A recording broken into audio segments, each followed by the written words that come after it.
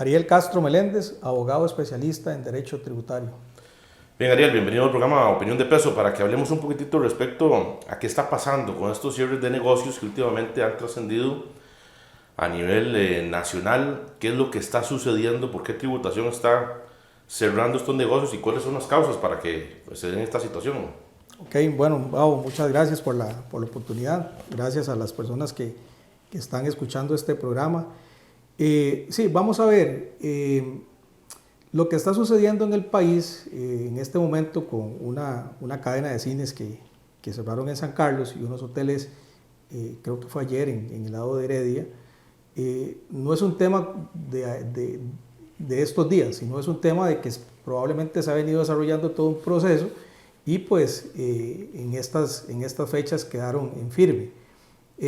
Con el tema de cierres de negocios, las sanciones sobre temas de cierres de negocios, esas están previstas en el Código de Normas y Procedimientos Tributarios y básicamente son dos causales. Por ejemplo, una primera causal es la reincidencia de no emitir comprobantes autorizados, ¿verdad?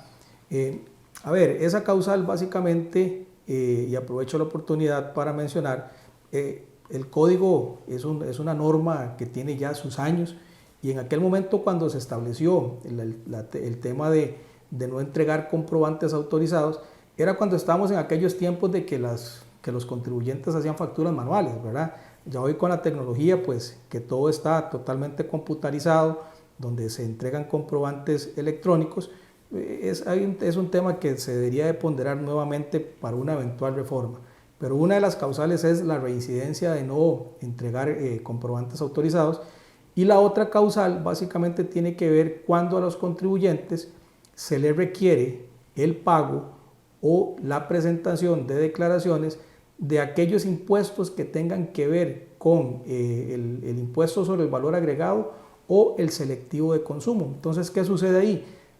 Normalmente hay contribuyentes que por alguna razón se les olvidó presentar ese tipo de declaraciones, no se acordaron o no han pagado el impuesto sobre el valor agregado y la administración tributaria lo que hace es que emite un requerimiento de pago o un requerimiento de presentación de declaraciones donde les otorga un plazo de 15 días y si en ese plazo no se paga esos impuestos de ventas o no se presentan esas declaraciones omitidas, entonces es una causal también para que se dé la infracción sobre cierre de negocios. Importante también mencionar que este tipo de infracciones recaen sobre el establecimiento mercantil. ¿Por qué digo esto? Porque es aconsejable que todas aquellas personas que vayan a rentar un local comercial o que vayan a adquirir un negocio, se averigüen en la misma administración tributaria sobre procedimientos de cierre de negocios, porque se ha dado casos de personas que adquieren un negocio y su anterior dueño tiene un proceso de cierre de negocios y desgraciadamente el cierre se le aplica a la nueva persona que adquiere el negocio. ¿Por qué? Porque es una sanción que recae sobre el establecimiento mercantil.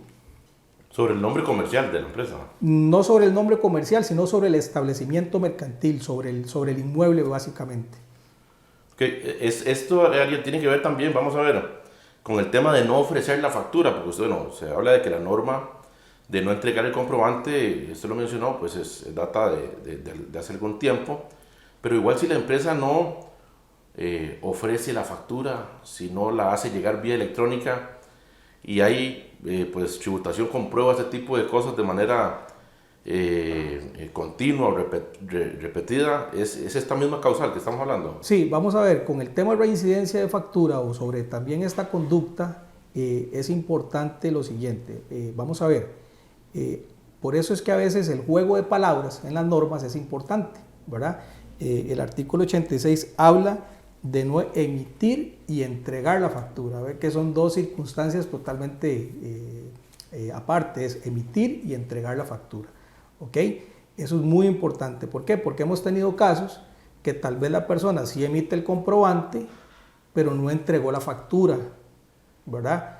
Ahora, no entregar la factura, ya no podríamos hablarlo como un caso aislado, porque si no la entregué es porque no la emití, ¿verdad? Entonces son juegos de palabras que hay que tomar en cuenta en lo que viene la norma. Lo cierto del caso es que cuando no se emite y no se entrega la factura, pero cuando se habla de reincidencia es lo siguiente. Reincidir no significa de que no entregué la factura hoy, mañana tampoco entregué facturas, pasado mañana tampoco entregué facturas. Es decir, eso no es reincidir para efectos de imponer la sanción. Reincidir lo que significa es que una vez que la administración tributaria constató por los propios medios que la persona no emitió y entregó la factura, va a iniciar un proceso sancionador, pero de una multa económica como una primera oportunidad, ¿verdad? Una multa económica que la persona tiene el derecho de poder ejercer su defensa con todo el debido proceso, con todas las garantías que tienen los contribuyentes, y una vez que este primer momento o esta primera oportunidad, esa multa económica quede en firme, es decir, ya es ratificado, está en firme, si vuelve a reincidir en la misma conducta, después de que ya un primer procedimiento está en firme, ahí es donde opera la causal de cierre de negocios, ¿verdad? Entonces es muy importante hacer esta acotación, porque hemos tenido casos que a contribuyentes se les impone la sanción económica por la primera vez que no entregó ni emitió las facturas, pero es hasta que posteriormente, donde ha quedado en firme, incluso en sede del Tribunal Fiscal Administrativo, cuando la administración puede volver a ejercer su control sobre este contribuyente, y si ahí prácticamente vuelve a mostrar la misma conducta, ahí ya se opera la sanción de cierre de negocio. Esta cierre, Ariel, digamos, la tributación tiene la potestad, no ocupa esto ir a un tribunal de justicia. Si se agota todo el proceso de Hacienda, la misma Hacienda va y cierra el negocio, no ocupa la orden de un juez. No, correcto, eso vamos a ver. La administración tiene esas potestades, tiene esas facultades que se las da el Código de Normas y Procedimientos Tributarios, y aquí es muy importante indicar lo siguiente. Vamos a ver, desde el punto de vista de ilícitos tributarios, hay dos tipos de sanciones, que son las sanciones que son multas económicas, que van desde medio salario base, incluso hay sanciones que van hasta 100 salarios base como su techo, y cierres de negocios. ¿De qué depende el monto, Ariel?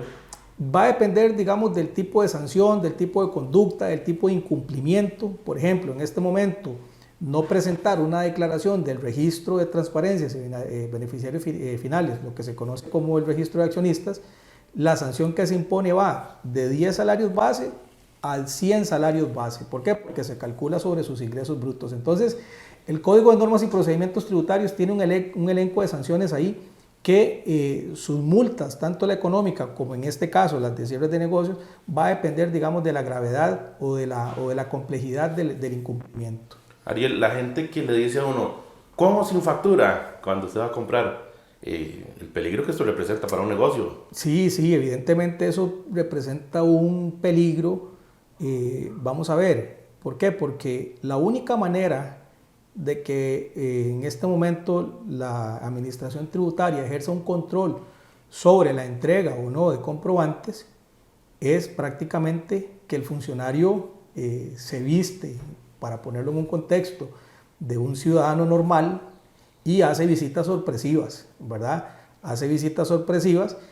Tuvimos un caso hace exactamente unos 5 o 6 años, si no mal recuerdo, de un contribuyente de que entraron a comprar únicamente un fresco gaseoso, nada más un fresco gaseoso y unos chicles que su costo no superaba los 500 colones, pero solamente por no haber entregado en ese momento su factura, ya era la reincidencia, porque ya había un proceso en firme. Es decir, este contribuyente ya había desplegado una conducta anteriormente y ya su proceso primero ya estaba en firme, y en ese momento configuró la reincidencia, ¿verdad? Entonces aquí no importa el monto, incluso un contribuyente puede estar haciendo una venta de 200, 300 colones, pero si en ese momento quien está frente a él es un funcionario tributario encubierto, como le llamamos, independientemente del monto, la conducta de no entregar tiene las consecuencias de estas sanciones.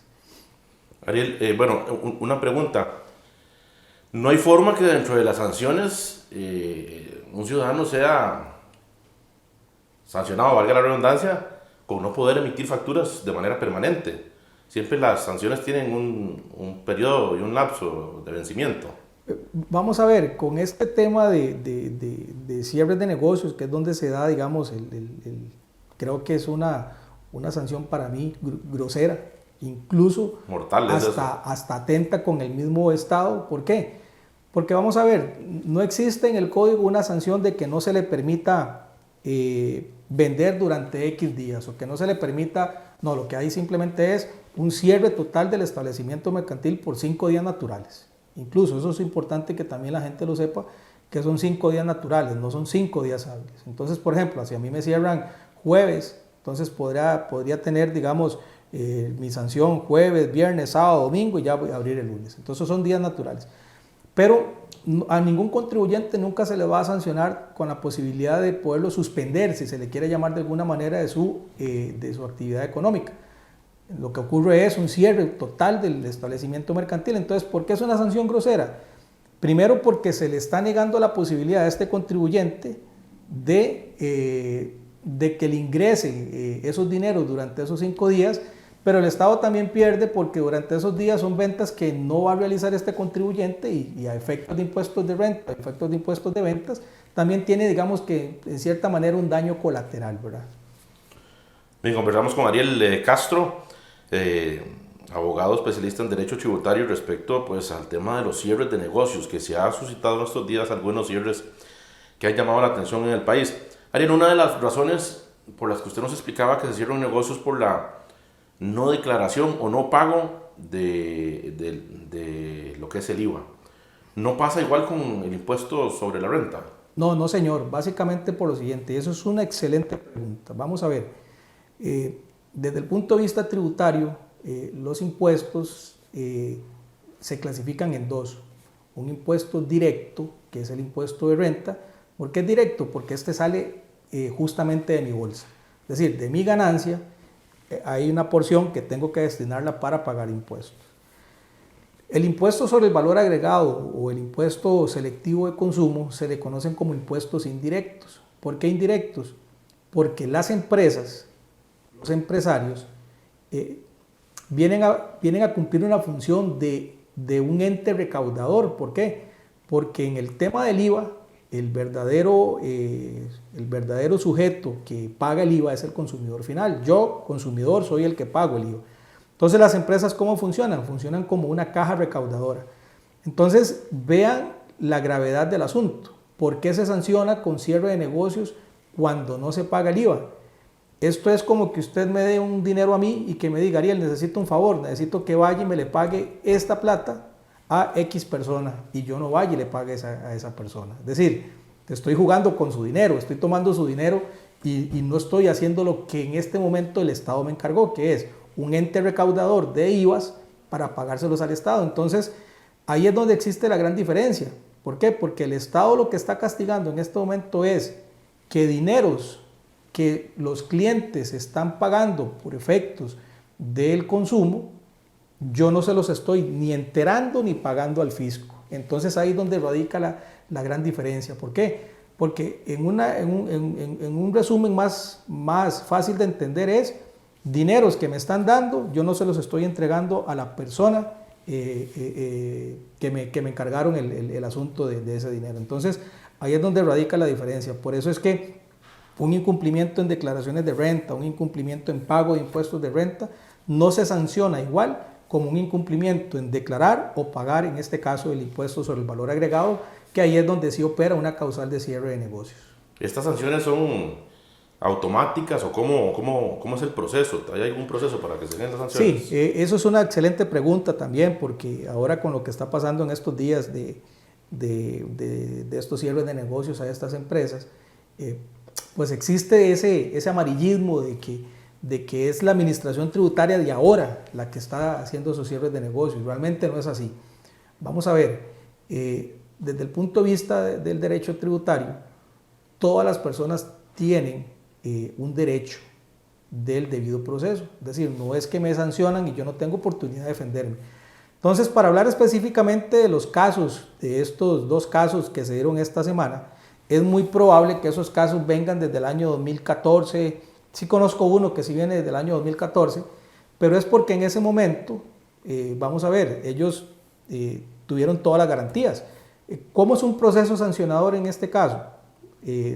digamos, a mí me hicieron un requerimiento de pago, a una persona le hicieron un requerimiento de pago por impuestos de IVA, le dieron esos 15 días para que pagara, la persona no pagó durante esos 15 días, entonces la administración tributaria notifica un documento que se llama propuesta motivada, en donde le da 10 días a la persona para que manifieste sus alegatos y dé sus pruebas del por qué no ha pagado, o si tiene eximentes de responsabilidad.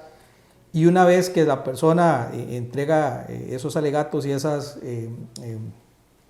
pruebas, la administración hace una valoración.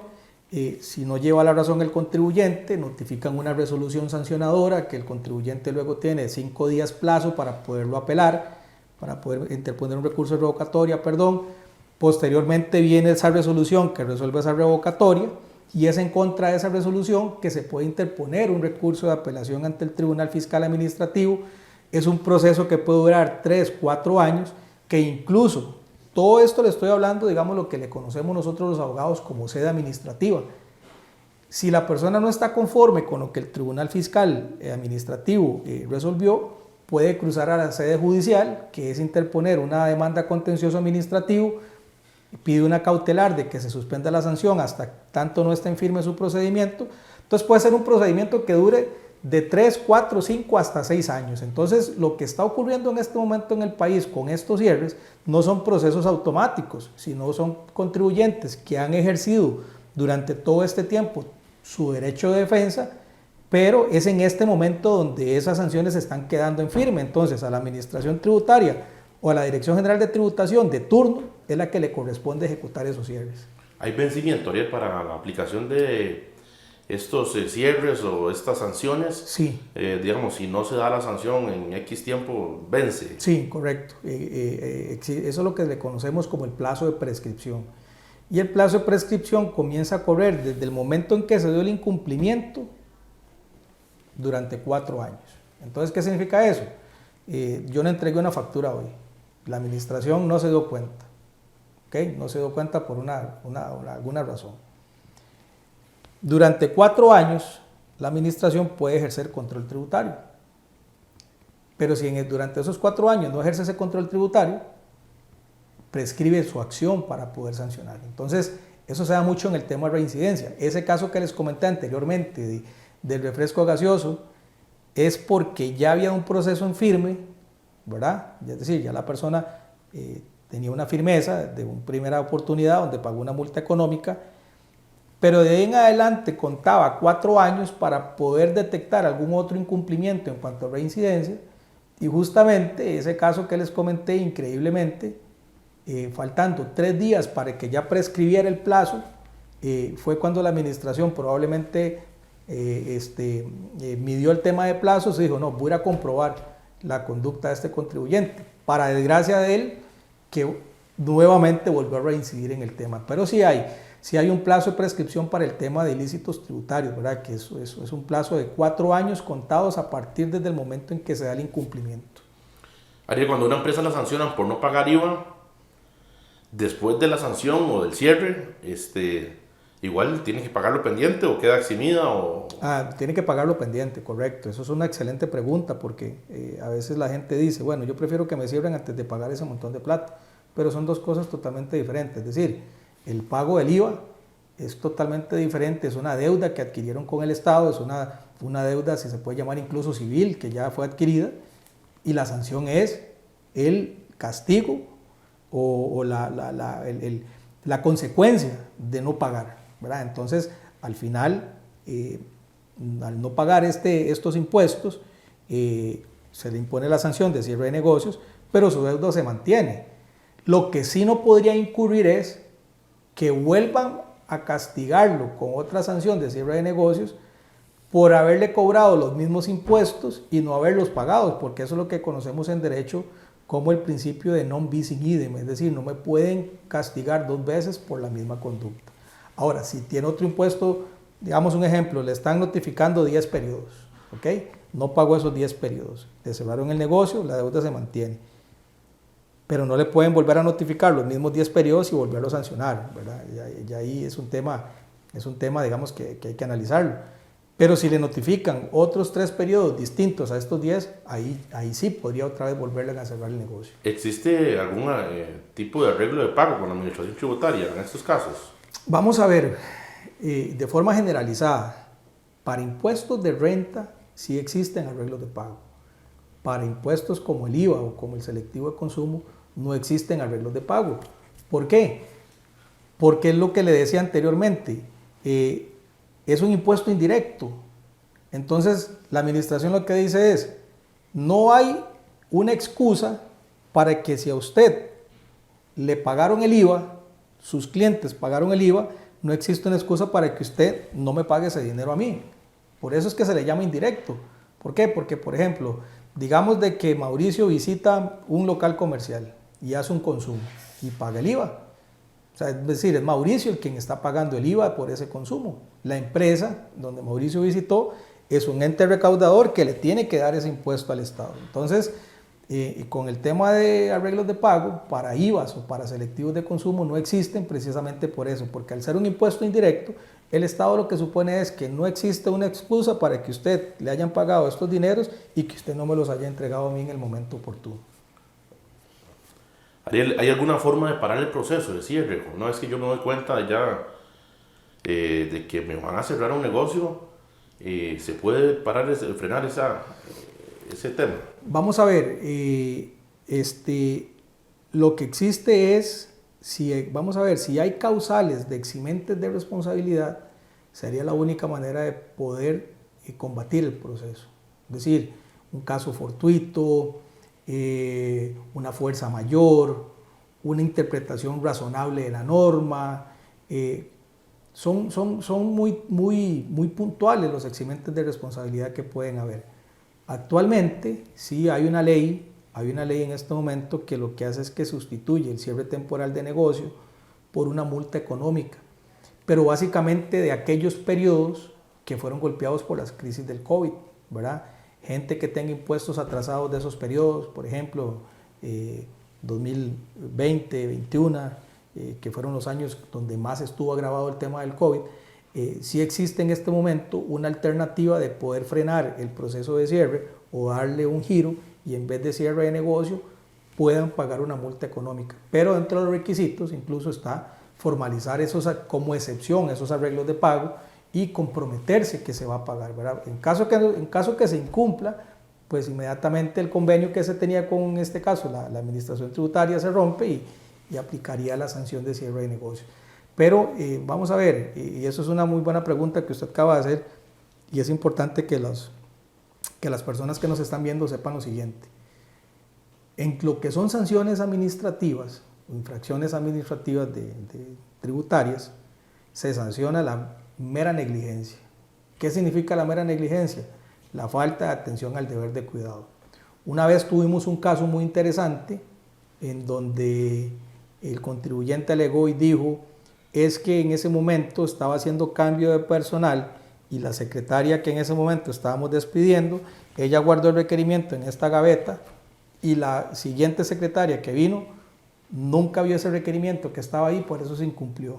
Y en la resolución en ese momento de ese caso, recuerdo las palabras de la administración tributaria y llegó y dijo, eso es una falta al deber de atención, y lo asemejan como el cuidado que un padre de familia debe darle a un hijo. O sea, es decir, todas estas faltas le dicen al contribuyente, usted empresario, usted empresa, usted debe cuidar todos estos detalles de su empresa como el buen padre de familia cuida a su hijo, ¿verdad? Entonces, aquí hasta la mera negligencia se sanciona.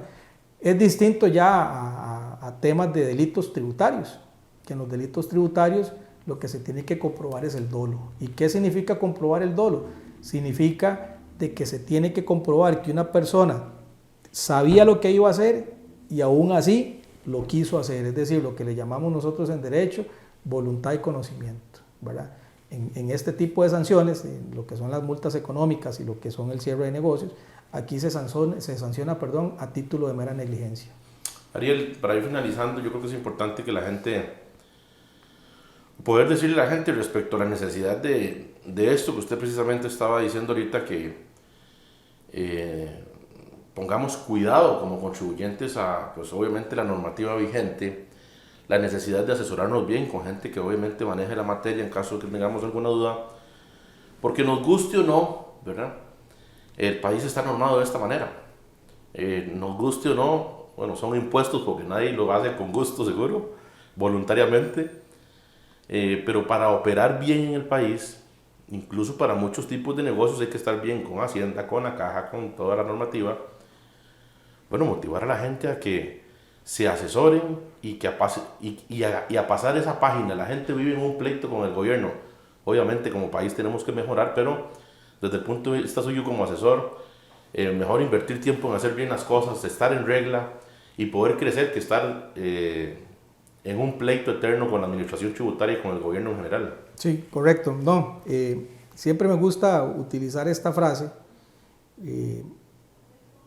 El contribuyente es el propio responsable de sus declaraciones, y así lo establece el Código de Normas y Procedimientos Tributarios. El código lo que establece es que es el contribuyente, mediante su autoliquidación, es una declaración que está presentando que tiene carácter de declaración jurada, ¿verdad? ¿Qué significa eso? Que yo estoy jurándole al fisco que lo que estoy presentando es lo que es. Entonces, ¿qué sucede en muchos casos? Y no es culpa de los contribuyentes. Delegan esas responsabilidades en terceras personas sin saber que lo que se está presentando en las declaraciones, lo que se está presentando al fisco, ellos son sus propios responsables, ¿verdad? Entonces, yo siempre lo que siempre voy a recomendar es asesórese bien, déle importancia a todo aquello que tenga que ver con temas con el fisco, ¿verdad? Porque, vamos a ver, el fisco no juega, el fisco tiene amplias potestades, el fisco tiene amplias facultades, pues obviamente existe todo un contrapeso de legalidad, ¿verdad? Que es lo que ponemos nosotros, donde hay derechos y garantías que se tienen que respetar, pero sin embargo hay situaciones que por una mera negligencia, por poco asesoramiento, por poco interés incluso, como dice el dicho, nos metemos en un zapato que nunca quisimos estar ahí. Entonces, aquí lo importante es eso, es estar informado, es estar asesorado, es tener conocimiento de lo que estoy haciendo, es interesarse por su propio negocio, como lo decía esta resolución, como el buen padre de familia con su hijo, y yo considero que así prácticamente se va a evitar un montón de problemas que a veces por falta de cuidado nos metemos, ¿verdad? Un poquito de información, Ariel, de lo que están haciendo ustedes también aquí en Rojas Robles, ¿verdad? Con pues, una amplia cartera de servicios en la parte de asesoría legal y contable también, y empresarial. Sí, sí, señor. Bueno, desde hace un tiempo para acá hemos venido en una transformación, por decirlo de alguna manera, de nuestro portafolio de servicios. Ahora hemos querido implementar un departamento totalmente legal de abogados para poder ofrecer ese complemento básicamente a las empresas, ¿verdad? Entonces ya tenemos un departamento conformado por 3 abogados donde nos especializamos en temas como derecho laboral, derecho comercial, derecho mercantil, derecho tributario, todo este tipo de aspectos legales que normalmente es el día a día de las empresas.